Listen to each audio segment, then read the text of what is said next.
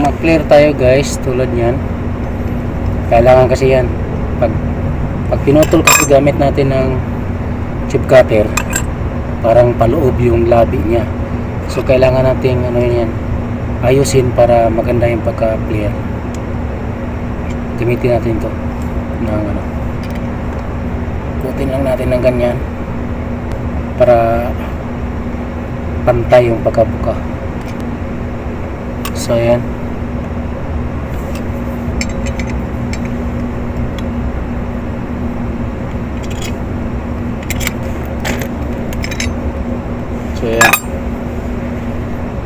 ang ganda, diba? Pag hindi mo kasi bukahin ng konti, hindi pantay.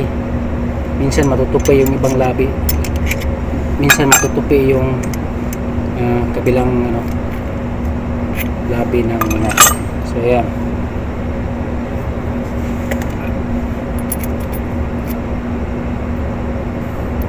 so ito yung connect natin dun.